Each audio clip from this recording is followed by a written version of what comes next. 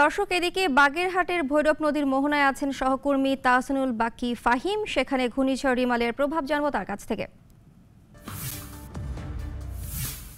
ফাহিম, সুন্দরবন কি এবারও আমাদের রক্ষা করলো? ঘূর্ণিঝড়ে ক্ষয়ক্ষতির চিত্র আমাদের জানাবেন। ঘূর্ণিঝড় রেমাল আঘাত আনলেও আজ সকাল থেকে কিন্তু প্রচুর বাতাস বয়ে যাচ্ছে ও প্রচুর বৃষ্টিপাত হচ্ছে বাগেরহাটে।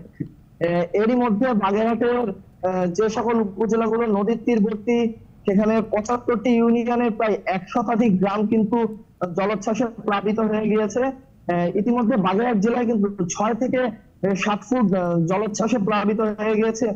এছাড়া আমি আপনাদের জানিয়ে রাখতে চাই যে ইতিমধ্যে বাগেরহাটে না হলে ১ লাখেরও বেশি মানুষ কিন্তু আশ্রয় কেন্দ্রে অবস্থান করছে। তাদের সাথে আমার কথা হয়েছিল, তারা জানিয়েছে ঘূর্ণিঝড় রেমাল যতক্ষণ পরিপূর্ণভাবে নিস্তেজ না হয়ে যায় তারা কিন্তু তাদের বাড়ি ঘরে ফিরতে পারছেন না। এছাড়া বাগেরহাটে কিন্তু হাজার হাজার গাছপালার ক্ষয়ক্ষতি হয় ও শতাধিক বৈদ্যুতিক খুঁটি কিন্তু উপড়ে পড়ে, যার ফলে কাল সন্ধ্যা থেকে কিন্তু সারা বাগেরহাট জেলা জুড়ে কিন্তু বিদ্যুৎ নিরবিচ্ছিন্নতা দেখা দিয়েছে। এছাড়া আমার কথা হয়েছিল আবহাওয়া অধিদপ্তরের সাথে, তারা জানাচ্ছে কাল থেকে এই পর্যন্ত বাগেরহাটে মোট ৬৭ মিলিমিটার বৃষ্টি কিন্তু রেকর্ড করা হয়েছে।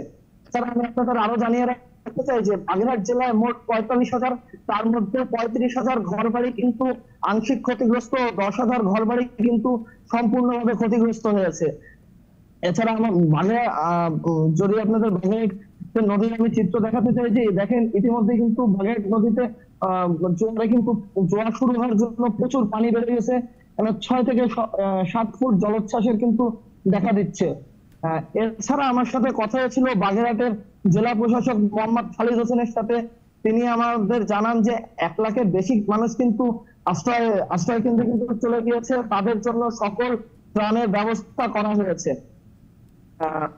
এই ছিল বাগেরহাট থেকে আমার কাছে সর্বশেষ। ফাহিম, আপনাকে অনেক ধন্যবাদ।